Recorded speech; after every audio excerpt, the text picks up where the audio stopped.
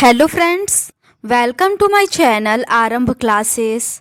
आज के इस वीडियो में हम लोग एनसीईआरटी 360 डिग्री के पॉलिटिकल साइंस के क्वेश्चंस का डिस्कशन आपके साथ करेंगे।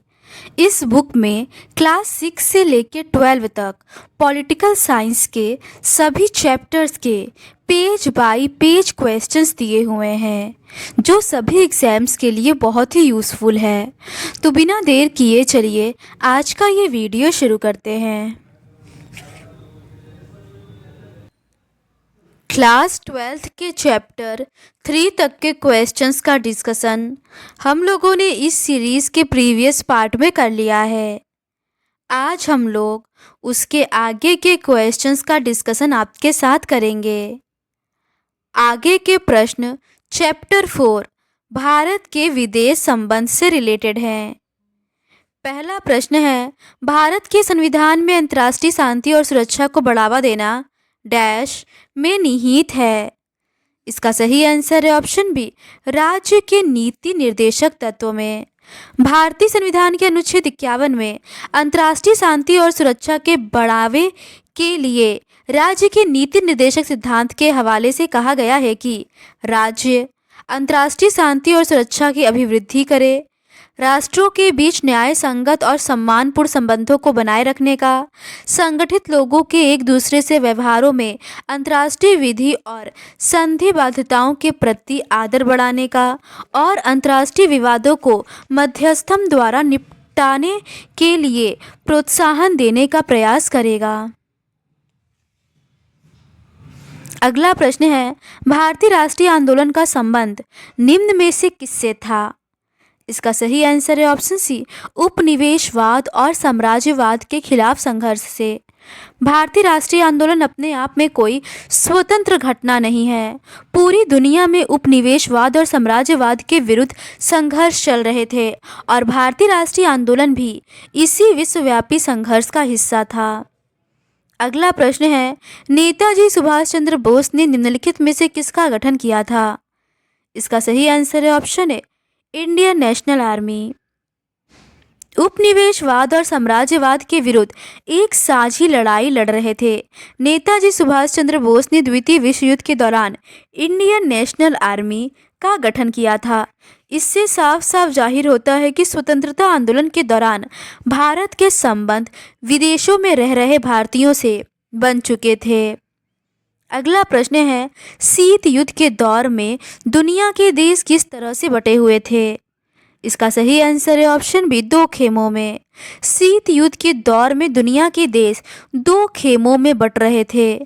एक खेमे का अगुवा संयुक्त राज्य अमेरिका था और दूसरे का सोवियत संघ। दोनों खेमों के बीच विश्व स्तर पर आर्थिक, राजनीतिक और सैन्य टकराव जारी था। इसी दौर में संयुक्त राष्ट्र संघ भी अस्तित्व में आया। परमाणु हथियारों का निर्माण शुरू हुआ। चीन में कम्युनिस्ट शासन की स्थापना हुई। औपनिवेशीकरण की प्रक्रिया भी इसी दौर में आरंभ हुई थी। भारत के नेताओं को अपने राष्ट्रीय हित इसी संदर्भ के दायरे में साधने थे। अगला प्रश्न है, नेहरू की विदेश नीति के निम्नलिखित में से कौन बड़े उद्देश्य थे? इसका सही आंसर है ऑप्शन डी, उपयुक्त सभी। कठिन संघर्ष से प्राप्त संप्रभुता को बचाए रखना, क्षेत्रीय अखंडता को बनाए रखना, तेज रफ्तार से आर्थिक विकास करना। भारत के पहले प्रधानमंत्री जवाहरलाल नेहरू ने राष्ट्रीय एजेंडा तय करने में निर्णायक भूमिका निभाई। वे प्रधानमंत्री के साथ साथ विदेश मंत्री भी थे। प्रधानमंत्री और विदेश मंत्री के रूप में 1946 से 1964 तक उन्होंने काम किया। भारत की विदेश नीति की रचना और क्रियान्वयन पर गहरा प्रभाव डाला। नेहरू की विदेश नीति के 3 बड़े उद्देश्य थे: कठिन संघर्ष से प्राप्त संप्रभुता को बचाए रखना, क्षेत्रीय अखंडता को बनाए रखना और तेज रफ्तार से आर्थिक विकास करना। अगला प्रश्न है, डॉक्टर भीमराव अंबेडकर का मानना था कि भारत को निम्न में से किस खेमे के साथ नज़दीकी बढ़ानी चाहिए? इसका सही आंसर है ऑप्शन बी, अमेरिकी खेमे।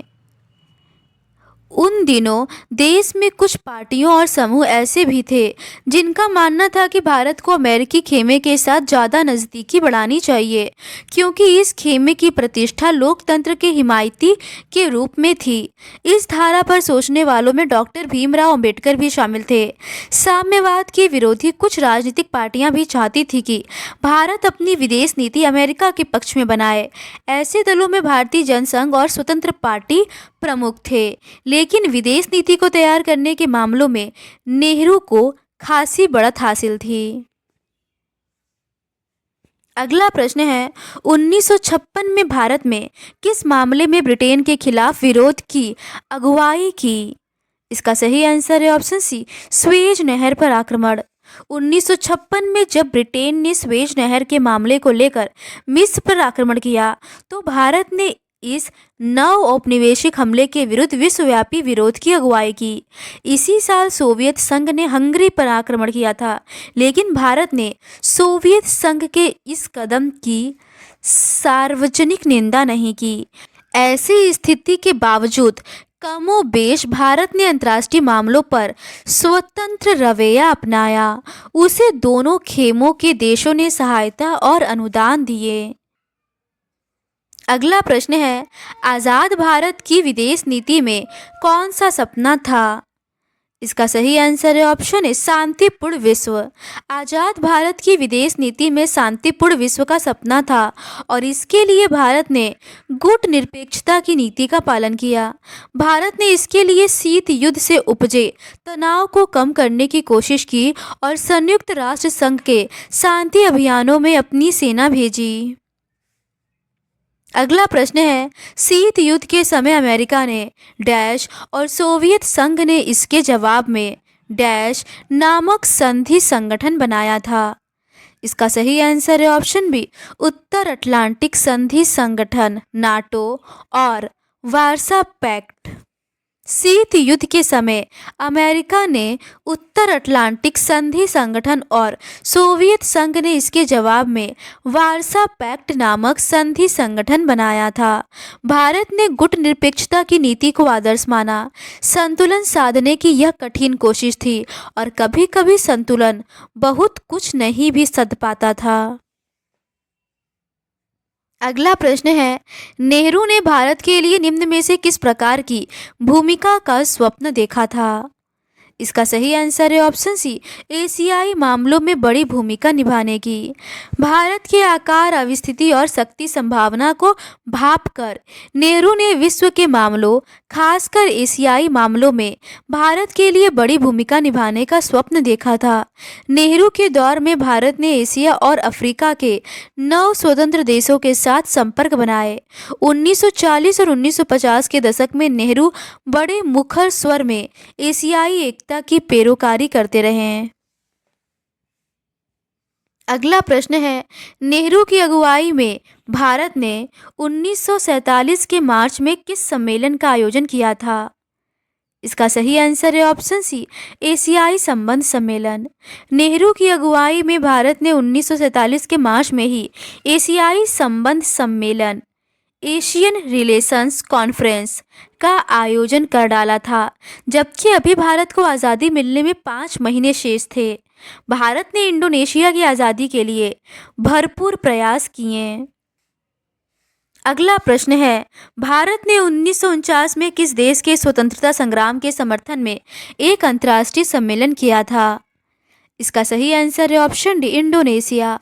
भारत ने इंडोनेशिया की आज़ादी के लिए भरपूर प्रयास किए। भारत चाहता था कि इंडोनेशिया डच औपनिवेशिक शासन से यथासंभव शीघ्र मुक्त हो जाए। इसके लिए भारत ने 1949 में इंडोनेशिया के स्वतंत्रता संग्राम के समर्थन में एक अंतर्राष्ट्रीय सम्मेलन किया।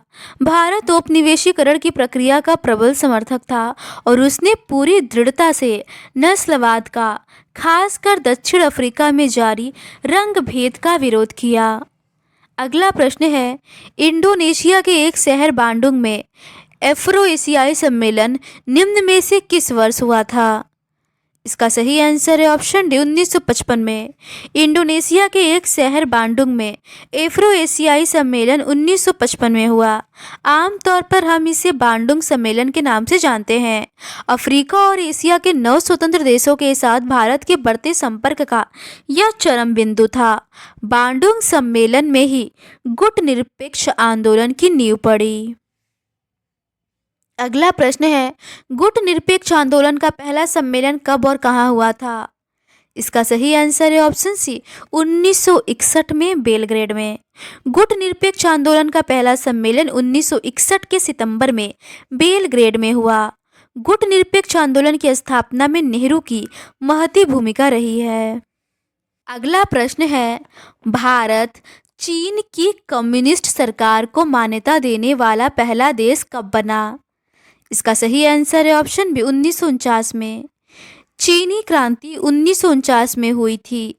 इस क्रांति के बाद भारत चीन की कम्युनिस्ट सरकार को मान्यता देने वाले पहले देशों में से एक था।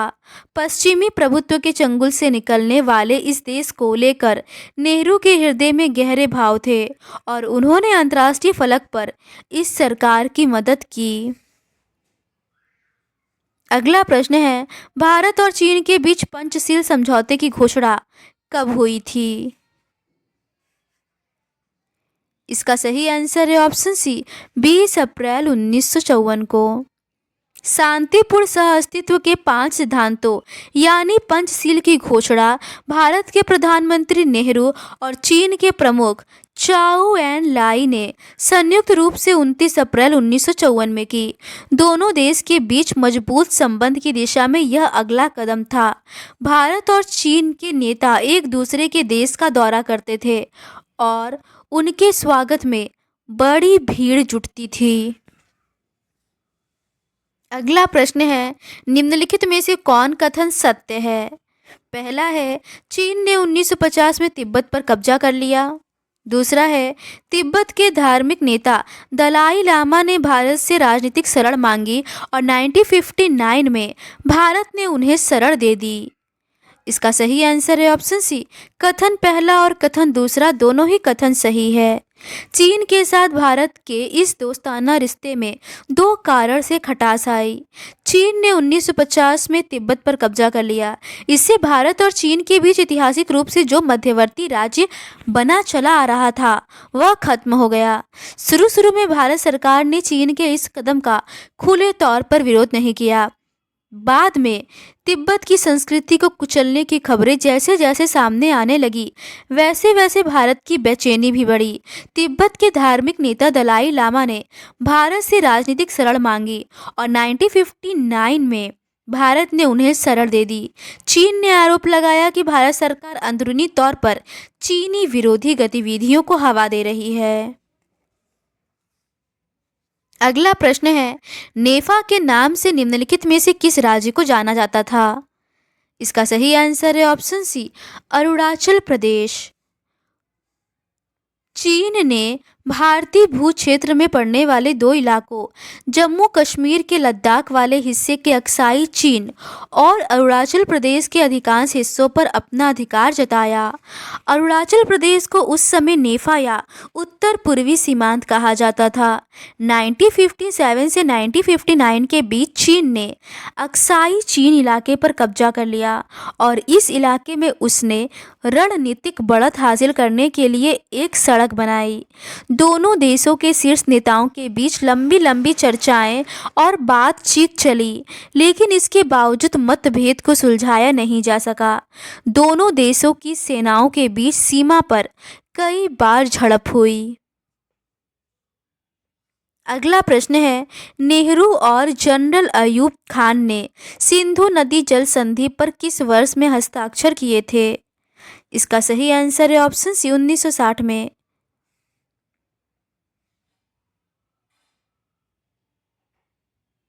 नेहरू और जनरल अयूब खान ने सिंधु नदी जल संधि पर 1960 में हस्ताक्षर किए। भारत पाक संबंधों में नरमी गर्मी के बावजूद इस संधि पर ठीक ठाक अमल होता रहा। अगला प्रश्न है, भारतीय प्रधानमंत्री लाल बहादुर शास्त्री और पाकिस्तान के जनरल अयूब खान के बीच कब ताशकंद समझौता हुआ था?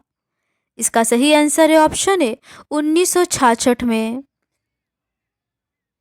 बाद में भारतीय प्रधानमंत्री लाल बहादुर शास्त्री और पाकिस्तान के जनरल अयूब खान के बीच 1966 में ताशकंद समझौता हुआ। सोवियत संघ ने इसमें मध्यस्थ की भूमिका निभाई। हालांकि 1965 की लड़ाई में भारत ने पाकिस्तान को बहुत ज़्यादा सैन्य क्षति पहुंचाई, लेकिन इस युद्ध से भारत की कठिन आर्थिक स्थिति पर और ज़्यादा बोझ पड़ा। अगला प्रश्न है, अमेरिका पाकिस्तान चीन की दूरी बनती देख भारत ने इसके जवाब में सोवियत संघ के साथ किस वर्ष में शांति और मित्रता की एक 20 वर्षीय संधि पर दस्तखत किए? इसका सही आंसर है ऑप्शन डी 1971 में।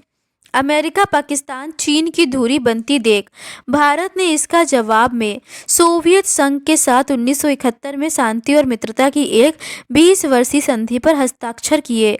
संधि से भारत को इस बात का आश्वासन मिला कि हमला होने की सूरत में सोवियत संघ भारत की मदद करेगा। अगला प्रश्न है, शिमला समझौते पर हस्ताक्षर निम्न में से किन देशों के बीच किए गए थे? इसका सही आंसर है ऑप्शन बी भारत और पाकिस्तान के बीच। 90,000 सैनिकों के साथ पाकिस्तानी सेना को आत्मसमर्पण करना पड़ा था। बांग्लादेश के रूप में एक स्वतंत्र राष्ट्र के उदय के साथ भारतीय सेना ने अपनी तरफ से एक तरफा युद्ध विराम घोषित कर दिया। बाद में 3 जुलाई 1972 को इंदिरा गांधी और जुल्फिकार अली भुट्टो के बीच शिमला समझौते पर दस्तखत हुए और इससे अमन की बहाली हुई। अगला प्रश्न है, भारत और पाकिस्तान के बीच कारगिल की लड़ाई किस वर्ष लड़ी गई थी? इसका सही आंसर है ऑप्शन बी 1999 में। इससे दोनों देशों के बीच संघर्ष छिड़ गया। इसे कारगिल की लड़ाई के नाम से जाना जाता है। 1999 के मई जून में यह लड़ाई जारी रही। 26 जुलाई 1999 तक भारत अपने अधिकतर ठिकानों पर पुनः अधिकार कर चुका था। कारगिल की लड़ाई ने पूरे विश्व का ध्यान खींचा था, क्योंकि इससे ठीक 1 साल पहले दोनों देश परमाणु हथियार बनाने की अपनी क्षमता का प्रदर्शन कर चुके थे। बहरहाल यह लड़ाई सिर्फ कारगिल के इलाके तक ही सीमित रही। पाकिस्तान में इस लड़ाई को लेकर बहुत विवाद मचा। कहा गया कि सेना के प्रमुख ने प्रधानमंत्री को इस मामले में अंधेरे में रखा था। इस लड़ाई के तुरंत बाद पाकिस्तान की हुकूमत पर जनरल परवेज मुशर्रफ की अगुवाई में पाकिस्तानी सेना ने नियंत्रण कर लिया। अगला प्रश्न है, भारत में डैश में रक्षा उत्पाद विभाग और डैश में रक्षा आपूर्ति विभाग की स्थापना हुई? इसका सही आंसर है ऑप्शन सी 1962 और 1965। 1962 में रक्षा उत्पाद विभाग और 1965 में रक्षा आपूर्ति विभाग की स्थापना हुई। तीसरी पंचवर्षीय योजना पर असर पड़ा और इसके बाद लगातार 3 वर्षीय योजना पर अमल हुआ। चौथी पंचवर्षीय योजना 1969 में ही शुरू हो सकी। युद्ध के बाद भारत का रक्षा व्यय बहुत ज़्यादा बढ़ गया। अगला प्रश्न है, भारत ने अपना पहला परमाणु परीक्षण किस वर्ष किया? इसका सही आंसर है ऑप्शन है 1974 में। भारत ने 1974 के मई में परमाणु परीक्षण किया। तेज गति से आधुनिक भारत के निर्माण के लिए नेहरू ने हमेशा विज्ञान और प्रौद्योगिकी पर अपना विश्वास जताया था। अगला प्रश्न है, भारत की परमाणु नीति के अनुसार भारत परमाणु शक्ति का उपयोग किस उद्देश्य के लिए करना चाहता था? इसका सही आंसर है ऑप्शन सी शांतिपूर्ण उद्देश्य। भारत शांतिपूर्ण उद्देश्यों में इस्तेमाल के लिए अणु ऊर्जा बनाना चाहता था। नेहरू परमाणु हथियारों के खिलाफ थे। उन्होंने महाशक्तियों पर व्यापक परमाणु निशस्त्रीकरण के लिए जोर दिया। अगला प्रश्न है, भारत ने किसके निर्देशन में निम्न में से परमाणु कार्यक्रम की शुरुआत की थी? इसका सही आंसर है ऑप्शन सी होमी जहांगीर भाभा। नेहरू की औद्योगिकरण की नीति का एक महत्वपूर्ण घटक परमाणु कार्यक्रम था। इसकी शुरुआत 1940 के दशक के अंतिम सालों में होमी जहांगीर भाभा के निर्देशन में हो चुकी थी।